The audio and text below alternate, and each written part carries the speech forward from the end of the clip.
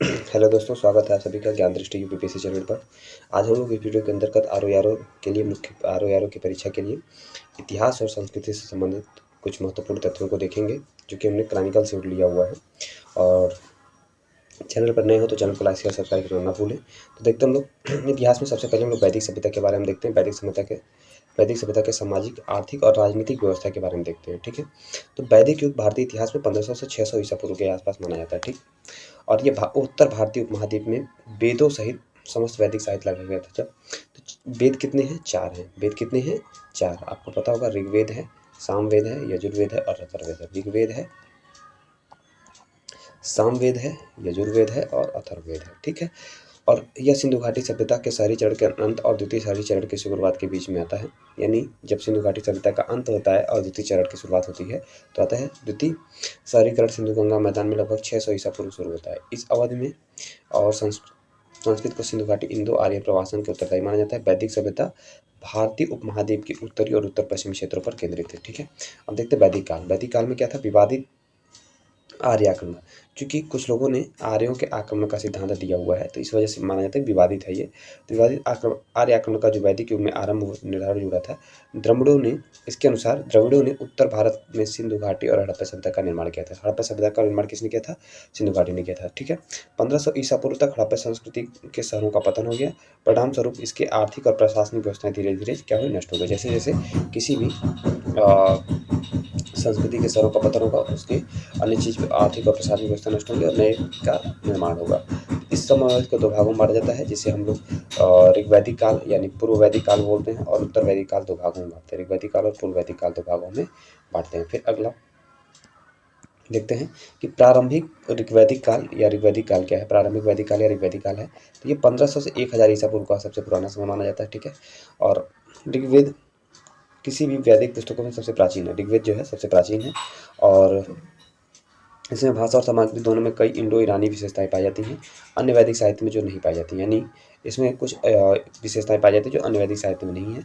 वैदिक आर्यों की विभिन्न कबीलों के मध्य सैन्य संघर्ष विवरण ऋग्वेद से वर्णित है। ठीक है, ऋग्वेद में भी वर्णित है। वैदिक आर्य थे और कबीलों के बीच संघर्ष है। इसी संघर्ष में 10 राज्य युद्ध जिसे बोला जाता है, 10 राजाओं का युद्ध, जो कि पड़ोसनी आधुनिक रावी नदी के तट पर हुआ था। किस नदी के तट पर हुआ था? रावी नदी पे। इसमें भरत कबीला अपने प्रमुख सुदास के नेतृत्व में 10 अन्य कबीलों के गठबंधन के साथ युद्ध लड़ रहा था। ठीक है, तो जो भरत कबीला था, इसी के नाम पर भारत का नाम भारत पड़ा हुआ है। ठीक है, सुदास की 10 राजाओं के युद्ध में विजय होती है, सुदास जीत जाते हैं, और संघर्ष के बाद भरत और पुरु ने मिलकर एक कुरु कबीला बनाया।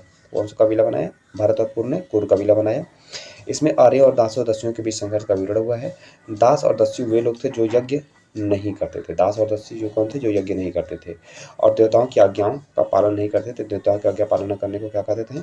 अव्रत कहते थे। और यज्ञ को क्या कहता था? अक्रतु कहा जाता। क्या कहा जाता था? अक्रतु कहा जाता था। फिर आगे बढ़ते हम लोग, तो ऋग्वैदिक काल में आर्य अधिकतर सिंधु क्षेत्र तक ही सीमित थे। ऋग्वेद में सप्त सिंधु या 7 नदियों के क्षेत्र का उल्लेख हुआ है, जिसमें पंजाब में झेलम, चिनाब, रावी, ब्यास, सतलज नदियां हैं। सिंधु और सरस्वती अन्य नदियां हैं। तो झेलम को वितस्ता के नाम से जानते हैं, चिनाब को, ठीक है, चिनाब रावी परुष्णी है, ब्यास वितस्ता है, ब्यास विपाशा है, सतलज सतुद्री है, और ठीक है, चिनाब को अस्किनी के नाम से जानते हैं। चिनाब को अस्किनी।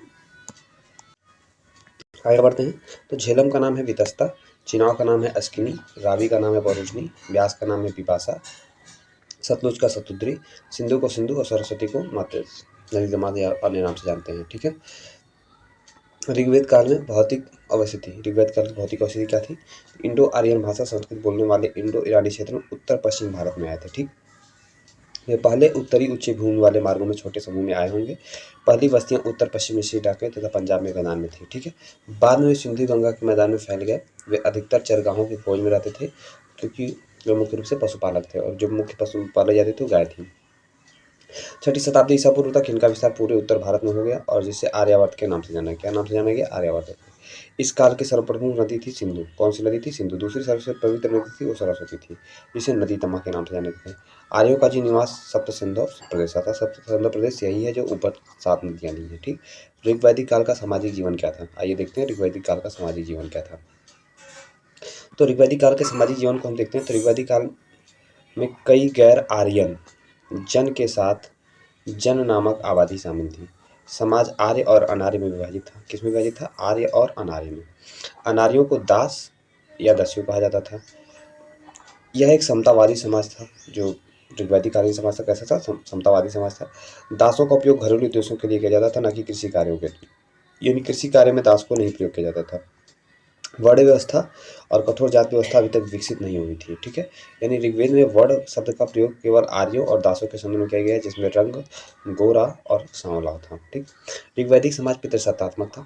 ठीक है, पुत्र के जन्म की मांग की जाती थी। घोषा, सिक्ता, लोपामुद्रा, विश्वारा, अपाला उस समय की विदुषी महिला ऋषि थी जिन्होंने ऋग्वेद की रचना में योगदान दिया था। तो याद रखिएगा, घोषा, सिक्ता, लोपामुद्रा, विश्ववारा, अपाला। ठीक है, ऋग्वेद की रचना में योगदान दिया। महिलाओं को सभी प्रकार भाग लेती थी, यज्ञोपवीत धारण करती थी। महिला घर पर नियंत्रण रखती थी, सभी प्रमुख समारोहों में उपस्थित थी। महिलाओं को पुरुषों के समान आध्यात्मिक और बौद्धिक विकास के समान अवसर प्राप्त हुए हैं। बाल विवाह, सती प्रथा अनुपस्थित थी। विधवा पुनर्विवाह, नियोग प्रथा प्रचलित था। ठीक है, विधवा पुनर्विवाह और नियोग प्रथा भी प्रचलित था। ठीक है, ऋग्वैदिक काल में मनोरंजन के लिए जुआ, रथ दौड़ आदि प्रसिद्ध माध्यम थे। एक विशेष प्रकार के पेय सोमरस का प्रचलित था। ठीक है, विभिन्न अवसरों पर किया जाता था। ठीक, इस काल में एक पत्नी प्रथा आदर्श थी। कुलीन परिवारों में बहुपत्नी प्रथा चलती थी। कुलीन जो परिवार है वहाँ पे बहुपत्नी प्रथा चलती थी। ठीक है, अगले प्रश्न की तरफ पढ़ते हैं। अगला प्रश्न, अगले हेडिंग की तरफ, ऋग्वैदिक काल का आर्थिक जीवन क्या था? ऋग्वैदिक काल में आर्यों की जो एक ग्रामीण संस्कृति थी। ठीक है, संस्कृति ग्रामीण से, ये मूलतः चरवाहे थे। आय का प्रमुख स्रोत पशु था। इनकी संपत्ति उनके पास मौजूद पशुओं की मात्रा से निर्धारित होती थी। उत्तर भारत में अस्थायी रूप से बसने के बाद उन्होंने कृषि कार्य प्रारंभ किया था।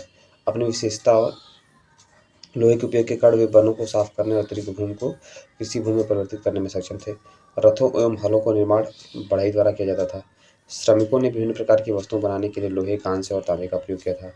एक महत्वपूर्ण व्यवसाय कताई का भी था। कौन सा था? कताई का था। सूती और ऊनी कपड़े तैयार किए जाते थे। कुम्हार आवासीय उपयोग के लिए विभिन्न प्रकार के बर्तन बनाता था। ठीक, आज भी कुम्हार लोग देखे होंगे मिट्टी के बर्तन बनाते हैं।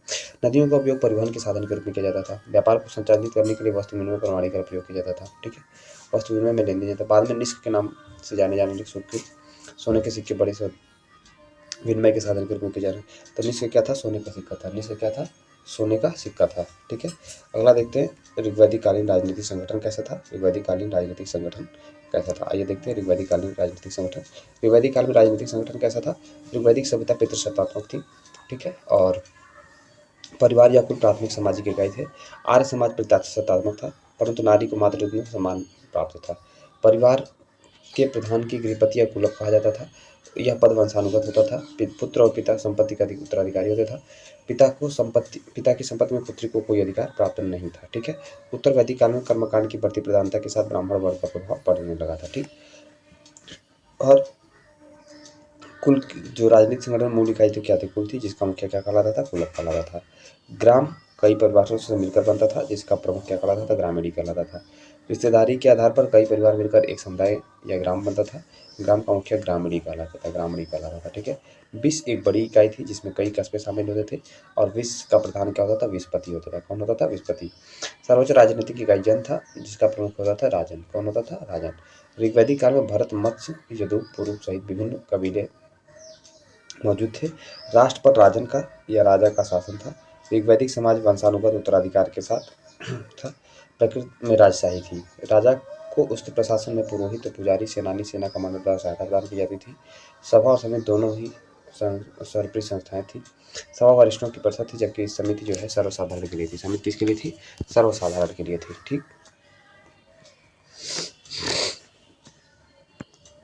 ऋग्वैदिक कालीन धर्म क्या था? तो ऋग्वैदिक काल में आर्य पृथ्वी, अग्नि, वायु, वर्षा, गरज की पूजा करते थे। शक्तियों की, देवताओं की, रचनाओं की पूजा करते थे। ठीक, आगे बढ़ते हम लोग। प्रारंभिक वैदिक में इंद्र सबसे लोकप्रिय देवता थे। आपको पता ही होगा, इंद्र के ऋग्वेद में इंद्र के सर्वाधिक महत्व दिया गया था। बाद में अग्नि को दिया गया था, जिसमें देवताओं और मनुष्यों के मध्य एक मध्यस्थ के रूप में स्वीकार किया गया था। प्रकृति की व्यवस्था बनाए रखने के लिए सर्वाधिक महत्व देवता कौन थे? वरुण थे। कौन थे? वरुण थे। और वैदिक काल में कोई मंदिर या मूर्ति पूजा नहीं था। ठीक है, आगे आते उत्तर वैदिक काल। यह संस्कृति पंजाब से आगे दिल्ली, पंजाब दिल्ली गंगा यमुना दोआब के क्षेत्र में विकसित हुई है। इस काल में धर्म, दर्शन, नीति, आचार, विचार, मत, विश्वास आदि की रूपरेखा निश्चित सुस्पष्ट थी। सामान्यतः लौह प्रौद्योगिकी युग की शुरुआत उत्तर वैदिक काल से जोड़ा जाता है। इस काल में सामाजिक व्यवस्था का आधार वर्णाश्रम व्यवस्था ही था, लेकिन वर्ण व्यवस्था कठोरता आने लगी थी। वर्णों का आधार कर्म आधारित न होकर जाति आधारित होने लगा था। उत्तर वैदिक कालीन समाज कैसा था, आइए देखते हैं उत्तर वैदिक कालीन समाज कैसा था। उत्तर वैदिक कालीन समाज उत्तर वैदिक काल में एक विवाह के साथ बहुविवाह प्रथा का प्रचलन था। पहली पत्नी को मुख्य पत्नी माना जाता था तथा उसे कुछ विशेष अधिकार प्राप्त थे। कन्याओं को बेचने और दहेज लेने के उदाहरण मिलते हैं। नियोग अथवा विधवा विवाह की प्रथा भी प्रचलित थी। अल्पायु में ही लड़कियों की विवाह करने की प्रथा को बल दिया जाना था। इस काल में स्त्रियों के उपनयन संस्कार का अधिकार समाप्त हो गया था। पैतृक संपत्ति में अधिकार भी छीन लिया गया था। कन्याओं का विवाह अब यौवनावस्था में होता था। एक विवाह के साथ बहुविवाह प्रथा प्रचलित थी। इस काल में अपेक्षाकृत स्त्रियों की अपेक्षा में गिरावट आई थी। ठीक है, तो इस वीडियो के अंदर हम लोगों ने वैदिक कालीन समाज के राजनीतिक संगठन, अर्थव्यवस्था, समाज को देखा। अगले वीडियो में हम लोग अगला चैप्टर देखेंगे। तब तक के लिए थैंक यू, धन्यवाद। चैनल को लाइक शेयर सब्सक्राइब करना ना भूलें।